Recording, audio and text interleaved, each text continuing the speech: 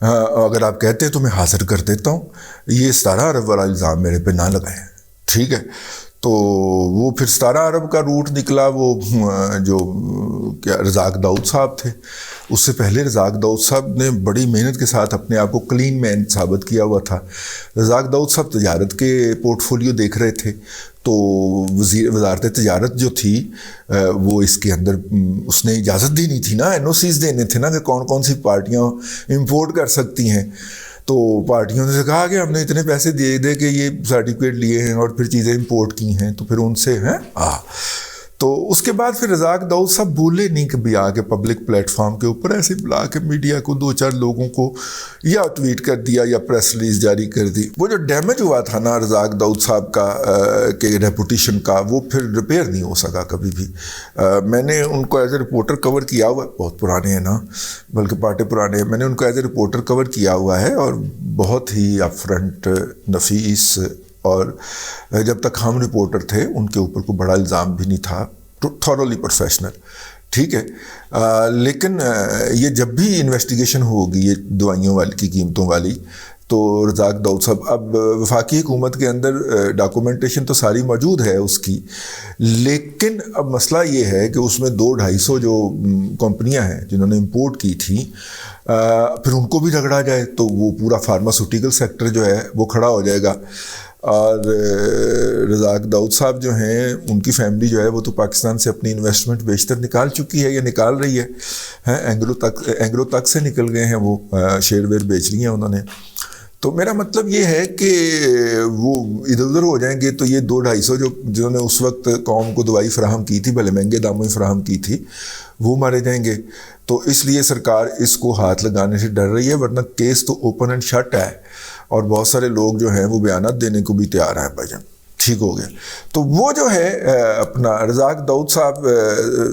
کو پتا ہوگا، مجھے تو نہ رگڑا دیں، تو عامر کیانی صاحب نے جب یہ کہا تو انہوں نے کہا کہ ٹھیک ہے پھر آپ کا کوئی اور انتظام کر دیتے ہیں، تو پھر ان کو سیکٹری لگا دیا گیا۔ یہ جو صاحب ہیں، جیسے کہ میں نے پہلے کہا کہ بنی گالہ کی جو ادائیگیاں ہیں، ایک تو وہ تو تھا نا جو انہوں نے سپریم کورٹ کے اندر ڈکلیئر کیا تھا ثاقب نثار کے سامنے اور اس نے مہر لگا دی تھی، ایک تو وہ سلسلہ تھا نا، لیکن بہت سارے اس کے جو حصے ہیں ان کی ادائیگیاں، اور پھر بنی گالہ 2 جو ایک بنا ہے پیر سہاوا سے اوپر ہری پور کے ضلع کے اندر جو بنی گالہ 2 بنایا، وہ ہزاروں کنال زمین ہے، اس میں سرکاری زمین بھی الاٹ کروائی گئی ہے، وہاں پہ بھی ادائیگیاں کہا جا رہا ہے کہ انہی کے اکاؤنٹ سے ہو رہی ہیں، ٹھیک ہے؟ تو یہ بہت بڑی شخصیت ہیں، اسی لیے ان کو چھپا دیا گیا تھا،